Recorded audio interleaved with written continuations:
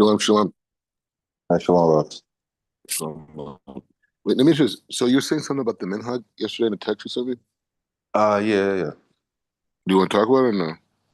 Yeah, we can. Yeah, what were you saying about it? So I was just saying, we were talking about doing the Minhag of Tu B'Av and Mm. how we focused after the ninth of Av, and from that time, from the ninth to the Tu B'Av, just focusing in and locking in. I was saying one thing we could do possibly as a Minhag is kind of have, um, once Tu B'Av comes in, the sages celebrate because the nights get longer, so the nights are longer for Torah study. So Mm. on Tu B'Av at midnight. Um, Individuals, who are in Yeshiva Sanhedrin could start to rise at midnight. And at Mm. the time period, it can be from Tu B'Av to Rosh Hashanah, or it could be longer. I mean, depending on, individual inspiration or whatever. And I would say you can kind of set the time for each particular individual of how long they're going to go, but at least once a week, depending on their strength. Once a week, maybe twice a week, three times a week. Yeah. Ideally, you want to rise every night, but I don't know how possible it is for everyone, even for myself. So I was just thinking that, and then I was in the Zohar, and Rabbi Mm. Yosef was going about talking about, the obligation to study at midnight, and I was saying the group could be called, I think the Aramaic term was Hakala Ila'a, I believe, and it's like the members of the highest chamber. Mm. That's something to think about. It's just, No, I think it's a good minhag. And I think what's kind of interesting about it, it's interesting because everyone's in different time zones. You know what I mean? And so it's interesting, but yeah, I think that definitely makes sense. Like from Tuba of, because what's interesting about what you're saying. Tuba of that night, I stayed up the entire night. I mean, we haven't talked since Shabbos. Like I went to this event, and it's a couple people came by. Well, actually, it was just one guy who's a rabbi, whatever. And we're just talking about Torah. We already got back late, right? And whatever. Usually, people come back to my place after these events, whatever. But um, we end up like just studying all night, and just like really, outside of the text, like really just bringing down really big capitalistic ideas. And it was just like, well, it was already like the sun was coming up, and so I was like, man, might as well just stay up and we just learn more. And then eventually just went to shul and daven, and then after that did kiddush, and I just came home and fell asleep, and I didn't wake up till like 7. Because this Shabbos was Shabbos Manuka, right? We didn't talk about that so much. It's like after the destruction, the rest. Um, and then I just woke up and then went down to the park and did some teaching down there because it was different groups of people. But I kind of did that naturally. It's crazy that you're saying that, like, because that like and so like and then now you're bringing it down like that should be just like a minhag is to learn chatzot on Tu B'Av, right? That's what you're saying, yeah. yeah, All right, so yeah. so we'll do that. Yeah, it's crazy. I mean, that's like actually like what happened. Like that's like it's crazy. You're bringing that down. That's big. All right, so yeah, so we'll do that. So we'll do from this point on every year during Chatzot. I mean during Tu B'Av, we'll learn all night, regardless of what day it is. Like if it's Shabbos or not. We'll do it. And I say yeah. So there it is, and that. And what were you saying about the Zohar? What specifically were you bringing down? All right, you kind of broke up a little bit. I was saying, and what about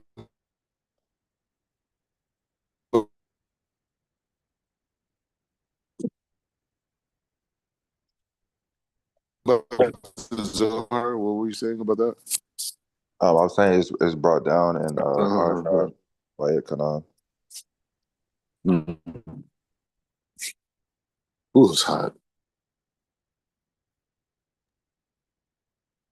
Uh, it's in Zohar Vayechanan, Rabbi Yossi. He's bringing it down, talking about the obligation. I think it's in 268:5, I believe, Mm. and he's just bringing out. I think the term is Hakala Ilah, members of the highest chamber. And he breaks down there just how they're the ones who rise and they meet Hakuro's Baroku, and that's a beautiful, beautiful cipher right there. Well, there's a thing too in Chief Robert Pinkas, and I mean, I don't wake up at Chatzot and learn as much as I should. Like a lot of times, I'm like up late. I mean, I'm always doing something Torah related, book a show, or most of the time at least, unless I'm just like kind of like just like zoning out a little bit. But there is an idea of Tikkun Leah and Tikkun Rachel. You ever see that in the beginning of your sefer? And Dang, that dang, I've seen it. Yeah, so that's like a big study after Chatzot. Like people really use that to connect it. And there's a lot. I mean, there's a whole thing. I mean, like I said, like Chief Rabbi Pinchas is very medaic about these things, meaning that like I mean he go I mean he's tying sackcloth to himself, like morning every morning for the base of Mikdash. The whole world. So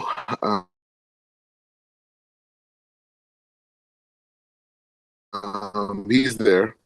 He's there. It was easier for me to learn at midnight, when I was married.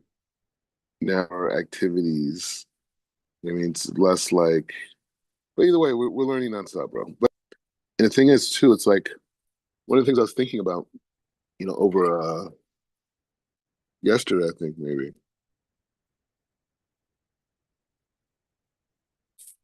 yesterday, maybe Shabbos, I can remember, but maybe I think it was Shabbos. I think I was walking to the park and thinking about this when I woke up, but the thought is, it's like this, thinking about this parsufim that we call day, right? And how there's 365 of them, right? That are unique, but they're unique, but they're meaning that like the different parsufim that we call days, right, have a certain energy, right? And we understand these energies through the different months and the rotation of the moon and the sun and the whole thing. But nevertheless, the root is the influence that makes the sun and the moons is from the heavens, and the energies from the heavens is coming from the endless world, right? Or the influence from the heavens is from the endless world, the Ein Sof. And as we know, the Ein Sof is one of the creative expressions of the Creator, which is beyond our imagination. So really honing in on that idea, right? And to think that like this day that I'm experiencing is a parsuf, meaning it's a combination of faces of lights that are revealing themselves. The temperature, the mood, the activity, everything, right? Is um, everything, right? Is an expression of a particular light. Now the thing is, this is where it gets, I think, even more interesting. Is start when you think about how there's all these different people. Like say, there's like what 9 billion people,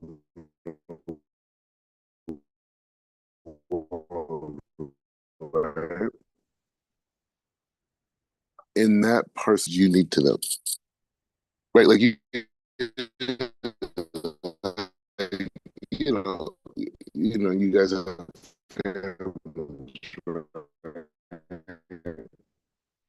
So you're dealing with a lot of people, and you guys could both be living. Think about that. Everybody on the street, right? Everybody in the street that you live with, it's like you guys all live in the same place, experiencing this revealment of this light that we call day, which we know is really just one of the expressions of the Parsufim, right?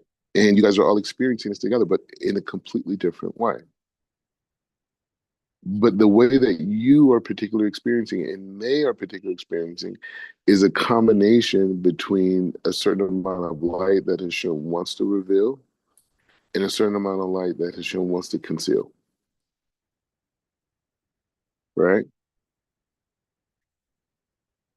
But that is particular to every single individual.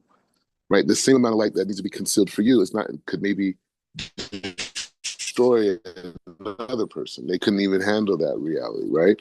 And the amount of light that you need revealed to someone else could actually destroy another person because they couldn't, you know what I'm saying? So it's just saying that like the whole dynamic of what we need and what we need and to achieve this purpose is this direct, expression on this particular day is like completely, unique to our situation, right? And so, but it's unique to everyone else. So that frame of reference allows us to see that this concept of day is an expression of light, but this expression of light is so sensitive and so particular and so genius that it reveals itself that the perfect amount for each individual soul on planet Earth. And it gives us this variability that we could achieve a correction every day. But it's the same light, but it just it's a light, but it has so many, there's 9 billion attributes for the human soul, right? Because each of those attributes have to work specifically for a particular neshama, right? And we think about the animal kingdom, that same light that we're dealing with that gives us the amount of light, amount of darkness to achieve our correction. In the system of the animal, it functions the same way, right? And then you go down to the plant kingdom, all the plants, all the trees, every blade of grass, right? Everything, all these things are also vehicles that are receiving a particular light on this thing called day. Every butterfly, right? Everything, right? And you go all the way to the rock kingdom. Every mineral, every rock, everything. So this should give us a glimpse of the profoundness of the Creator. Not only does it all exist, but it's all particular. Meaning that yes, there's a sun, but we all relate to it differently, right? Our skin tone should tell you that, right? Our skin tone. These are all Taurus, right? You have all these different people, and their bodies react differently, right? Right? That we act differently with that the sun interacts differently with different bodies. Like we should say, like, well, why did Hashem have to show us that idea or this principle? I mean, it makes perfect sense, of course, but anything in Hashem's reality could conceivably make perfect sense, right? Because it's Hashem's reality. So why does Hashem want to point out this particular point? Meaning that I look at people and they say, "Hey, I'm getting a suntan." Hey, there's people that, you know, you know, get sunburned, right? So it's to say that like this idea of how we interact with God's influences is only a mashal to teach us how God's influence works with our inner self, right? And that influence of our inner self. So, anyways, so that's a point of just kind of like doing maybe a review, a little bit of Hazara on some of the points Ram Call is bringing out, but then also this idea of being able to take the wisdom out of the text and starting to like reinterpret things, right? Or to challenge ideas, or maybe to get more clarity, right? Because when we start looking at these different revealment of lights and these different things, it's like it's an interesting thing because like you say, like say for example, you have the flood of Noah, right? Hashem says, "I'm never going to punish the world or the earth in this way again," right? That's what he says, right? So what does that mean exactly, right? What does that mean exactly, right? And so asking that question, like, what does it mean exactly? Because the flood of Noah was a particular parsuf, right? That was a particular parsuf called day, right? I think was the 7th of Cheshvan was the Yom Suf, maybe, I don't know. Don't quote me on that. But you have this particular light that came down, assuming that it was on this particular day of the 7th of Cheshvan. And that energy that came down created this influence where the flood was going to come out. Now, obviously, there was energies prior to that that were building up the influence, right? But nevertheless, the point is the saying is that so when God says He's never going to do it again, that means that parsuf that existed in that would not come. That energy influence, that parsuf that created the mechanism of the flood, is God's not going to reveal that into our reality anymore, right? Or even the idea of like Abraham, like going on his journey when his ship says Lech Lecha, not like necessarily knowing what the next step is. He just know he needed to go and find himself, Lech Lecha, to go and find himself, right? So he knew that, but there was a concealment there, right? Of where really actually to do, and he had to trust God. But again, that's a parsuf. The parsuf is that he had Hashem come and say Lech Lecha, but at the same time, it was concealed of what that actually meant or exactly where he should go. But rather, over time, there was other parsufim called other days that slowly revealed that reality to him, right? And then we could look at all these amazing concepts, and then we could look at our own lives. That I'm going to have a parsuf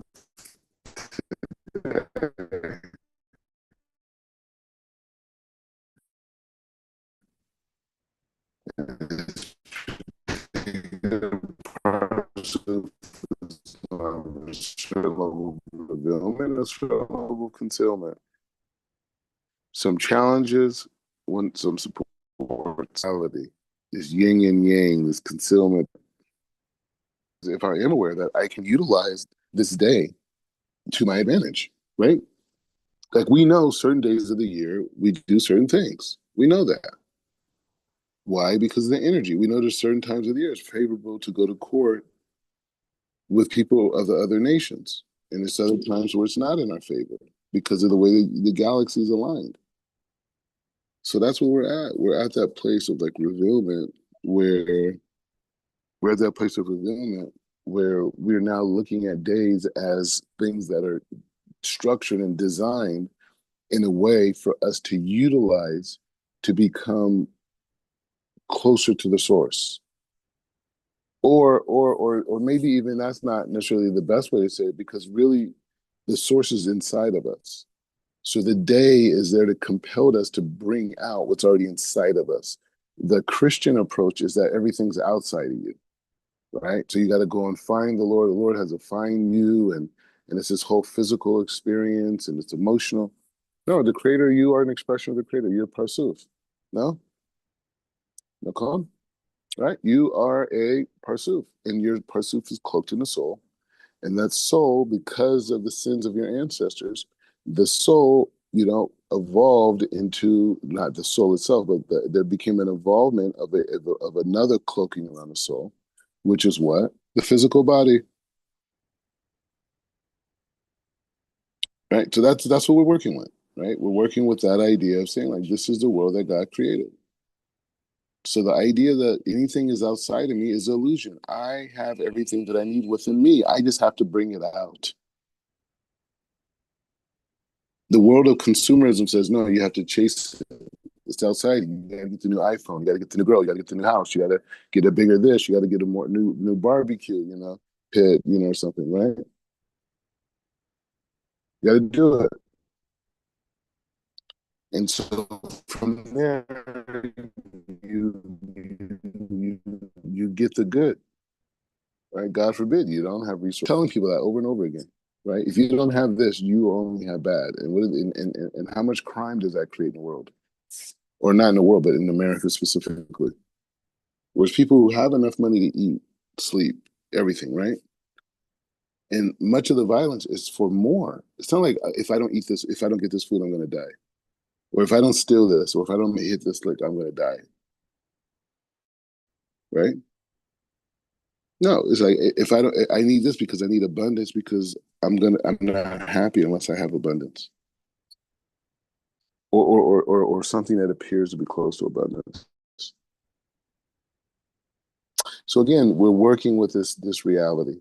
the day that I'm in and my relationship with the day. When I wake up in the morning and I say, Modi Ani, am I thinking about the particular light that's revealed on this day?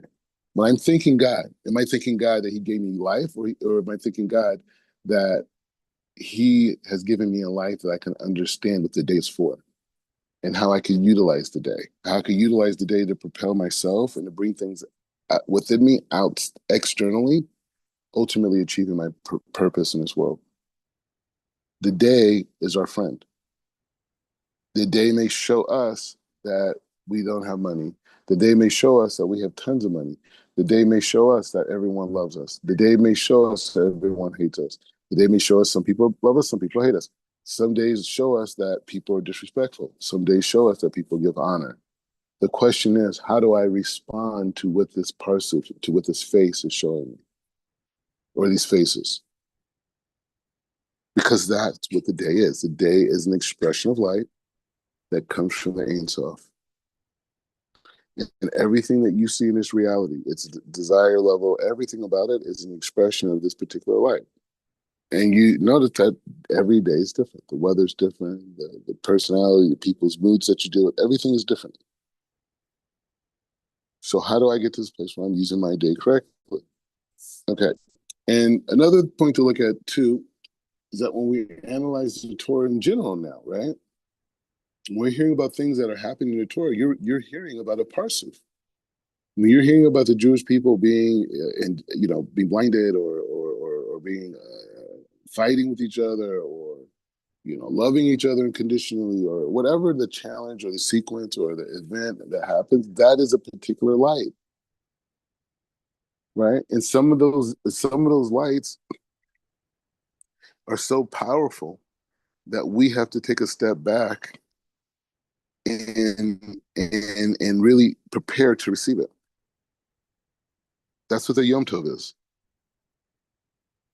That's what a fast day is. These are days that remind us, these are days that remind us that these are days that are there to remind us that this particular parsuf was revealed on this day, or is a revealment on this particular structure of parsufing. And historically, on this particular parsuf, we were able to achieve these things. And so, because we have a historical experience connected to these things, we seek to connect to that same light when it reveals itself. But it's just a parsuf. Now, when I say just, it's not that. But I'm saying Shabbos is the most powerful parsuf as it relates today, right? Shabbat is the most powerful parsuf as it relates today.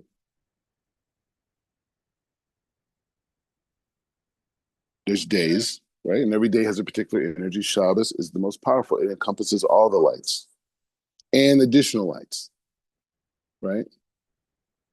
It even encompasses souls. There's souls that are tetuah for Shabbos. It's like a girl, meets a rich guy, and he wants to take her out. So he sends a dress to her house and roses and shoes and a necklace. And, you know, a stylist comes there to dress her and do her hair and everything, right? And she comes over, she comes and she comes and meets the guy. She walks in. The guy's like, wow. But the point is saying this is what Shabbos is, right? Shabbos is the day where Hashem has all these things tucked away from us, all these beautiful garments for our soul, and foods and things for our body, and physical pleasures and intellectual connections. Shabbos gives us all these lights. It gives us all the 613 lights that exist in creation. We receive those by keeping Shabbat.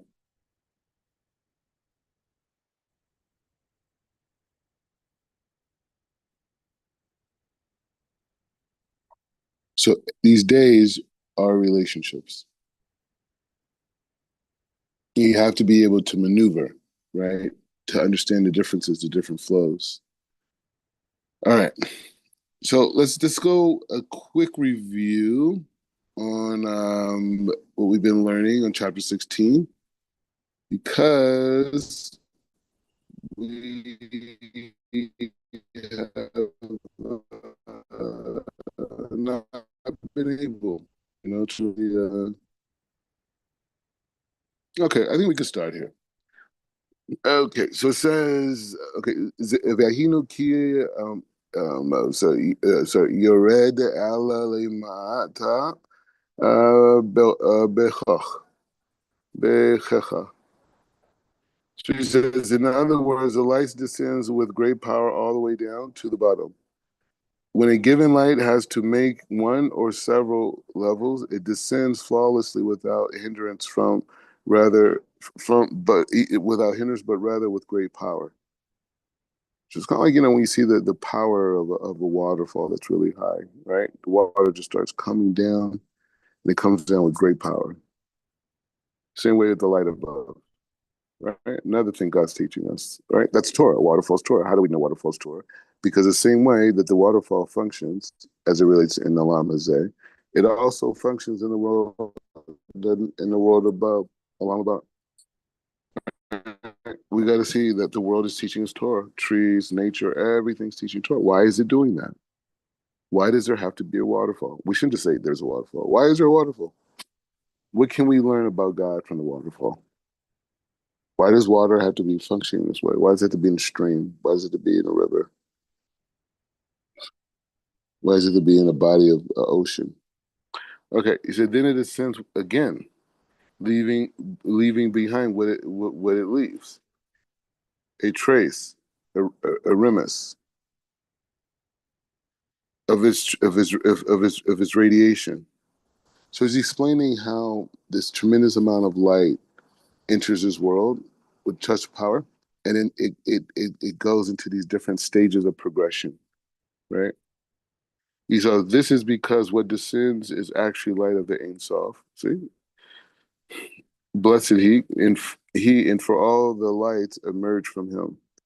Since they remain there in their place after the ascent of this great light, the individual's limited the individual's limited light suited to levels take down its own essence.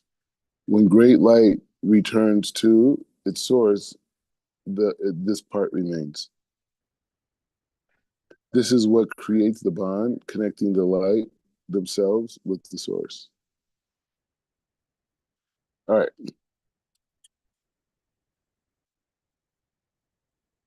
Since they remain there in their place after they sin from the great light, the individual light limited light suited to that level on on its own existence.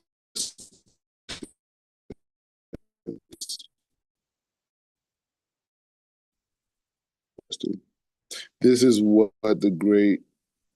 This is what this is what creates the bond. What creates between the bond, the earth, collecting the lights themselves with the source. Yahinu called Kiko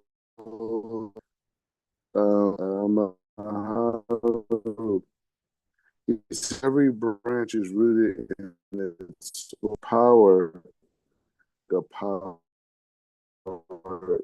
at the root divine. As it keeps going, that it is coming from the top, starts to spread out, right, as it comes down.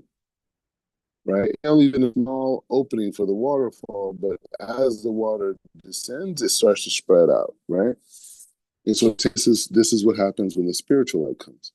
He says that for every branch is rooted in its source, and its power below is not like the power above. You do not think that the way of given power appears below now is the same power given above at the source. When a power descends on its own, essential roots descend. For as yet the branch does not exist, After reaching the place of the branch, the root ascends, leaving the branch. It's it's produced in its place below. After reaching the place of the branch, the root ascends. He said the branch pursues its source after the source ascends. Okay, so let's try to understand this. Every branch is rooted in its source, and its power is okay. We understand that. It says this is not the way of give. Do not think that the way that the power is given to blow, the power below. Okay, just when the power descends, it's on its own essential root descends. Yes. As for the branch, does not yet exist. Okay, that's what I understand.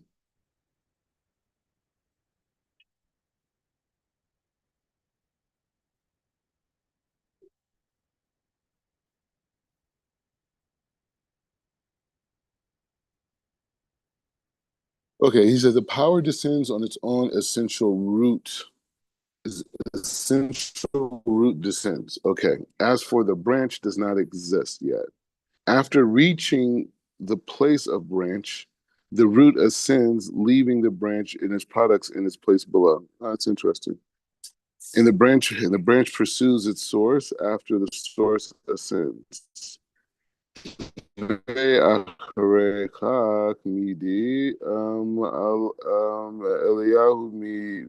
was that Menich?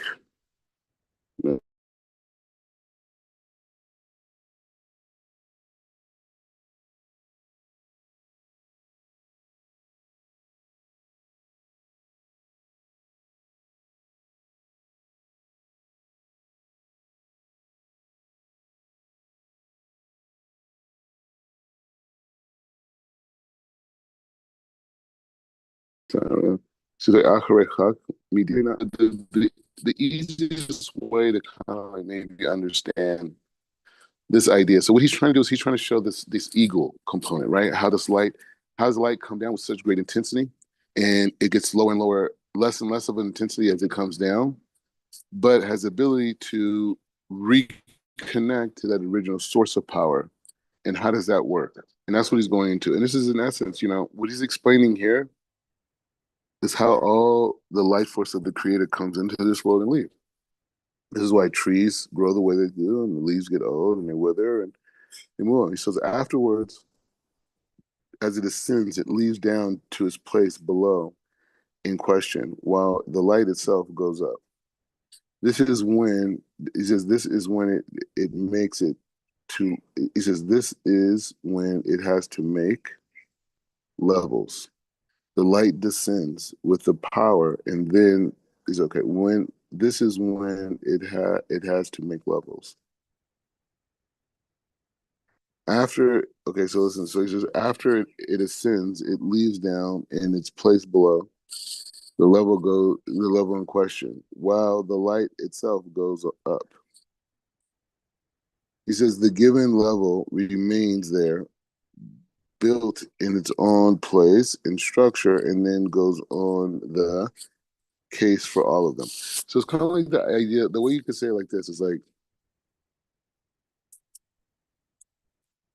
you when you think about an architect, right? An architect has in his mind this kind of like creative design for, a building, a neighborhood, whatever, right? His mind. And this creative idea in his mind, he eventually puts into a blueprint. And this blueprint, describes, the A and the B in the whole dynamic, right? And so through this idea, which you could call the light, and then the vessel, which is the plan, now you have this mechanism where light and vessel can reveal themselves. And how does light and vessel reveal themselves? Through the manifestation of whatever the architecture design is, right? So we're seeing over here that he's explaining how the initial lights, in essence, came into this world and created this mechanism, the 10 sphere mechanism, created these mechanisms, and how at the lowest level at Malchut, that there's an aspect that element is able to recreate itself, or reconnect itself while those same exact original structures are still in place, right? So the light's able to reveal itself into this world and go through this process, but the process itself doesn't leave, right? She says the given level then remains there, built in its place within the structure. And so, in the case of all of them, for it is when the great power of the root activates the branches that the the branches that emerge. The branches emerge only in its proper place. The root the root power descends to the place of the branch, and then from there ascends, leaving branches form there and built into the structure. The root light does the same, leaves level after level. As it communicates, it ascends to the very end of all of the levels. So I'm sorry for reading it like so cryptically about just thinking this thing out. Where are we going? Okay, so this is definitely just a review. Um,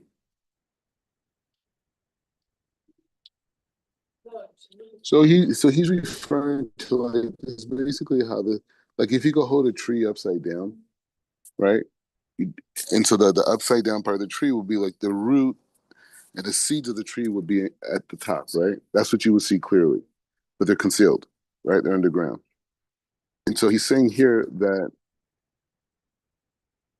you may look at the tree and think that the highest manifestation or the power of the tree is a fruit, right? Because it's what it produces. But he's saying here that the power of the tree is actually the seed itself, right? And the whole design of that creation is inside the seed itself. So that's the power, the order, the fact that tree grows in these orders, the structure, grass, whatever, animals, humans, whatever.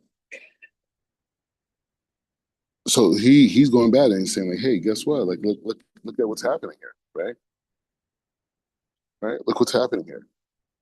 This the idea of the koach of the world comes from a seed level, not a malchut level, right? And so when you make that, so let's do this. We jumped in. We finished it now, but it says the so there are spherosuit. The spherot is one power and overall power. One of the powers like this road is the foundation on which built the inner structure of the Pitchei. But the Parsuf shows in details the complete perfection of each mode power seen explicitly in the form of fundamental likeness of man. It is its root lies in the secret of 613, which constitutes the entire structure of Adam. All right, so we're going to get more into that tomorrow. Any thoughts and reflections? Houston family, if you go first.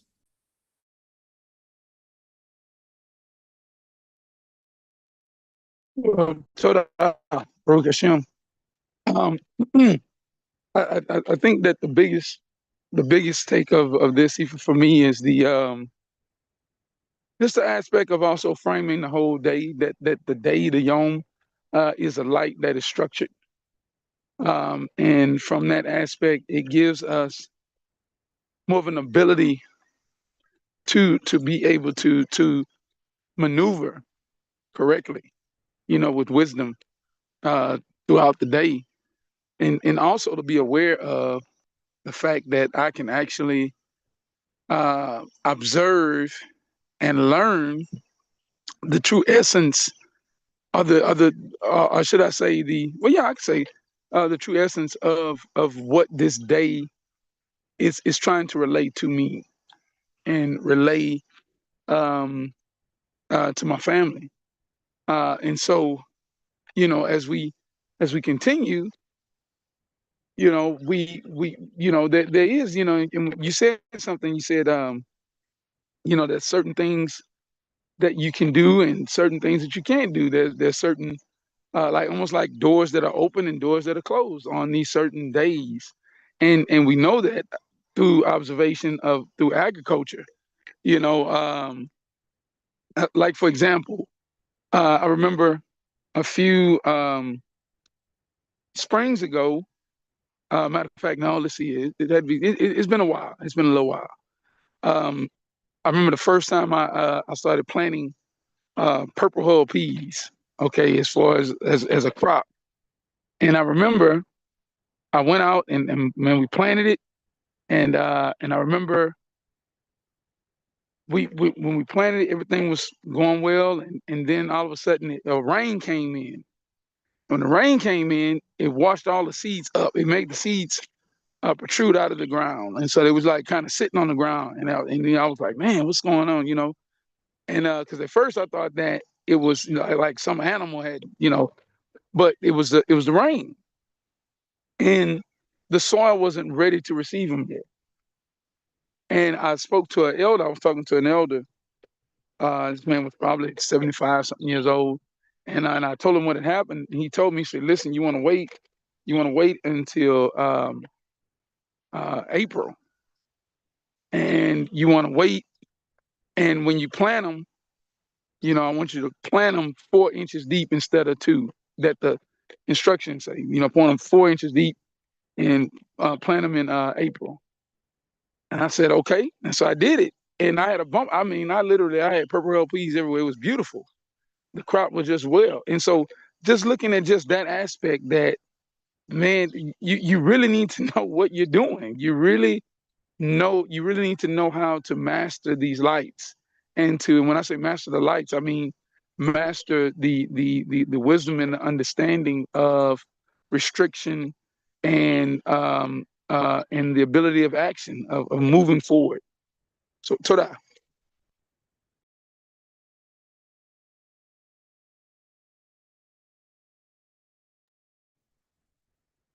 Yeah, go ahead, Otinel, on that. It was good. That was very good. Now we're on this. Everyone on the same page.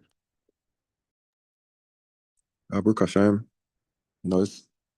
It's I'm thinking of it from the standpoint, and I think I've said this before in Shemot 25:8, how you create, a space within yourself for Hashem to dwell.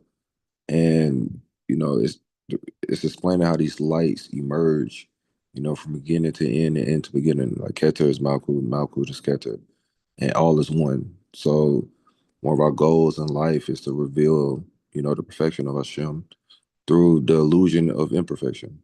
And reality is all perfect.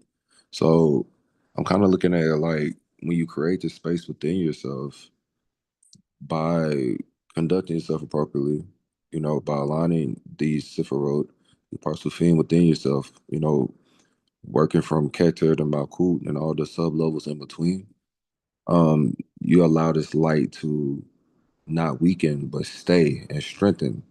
So from when it comes down, from up to down, it comes to you. Now, when you perfect yourself through the Parsufim, you send it back up with more strength and more elevation. Everything around you elevates as well. So that's kind of how I'm looking at it. But it's very, very high level. So I need to kind of go through it a few more times to kind of really properly discuss it. But Baruch Hashem.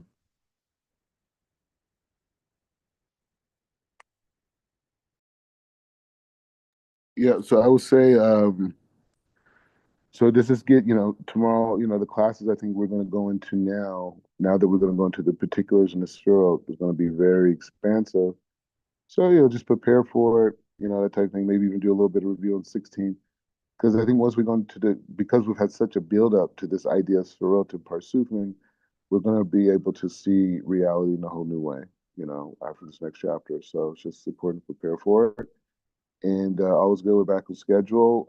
I want to continue afternoon learning to continue on this idea of the base of Migdash and continuing the learning with the Parduma and really starting to prepare this vessel for the month of Elul because when you think about like the power of Elul, it's a very important energy, right? Because Elul determines your Rosh Hashanah, right? You when you go into Rosh Hashanah, you're going to receive the verdict or the parsuf for the entire year, right? The parsufing for the entire year is what you bring down on Rosh, is what you're given. Now, the way that the sages teach it in this, so we can understand on our level, is that you receive a judgment. But really, you have a vessel, right? And you build that vessel in Elul, and through the vessel that you build in Elul, determines the kli that you have on Rosh Hashanah, which determines what is the parsuf that you receive,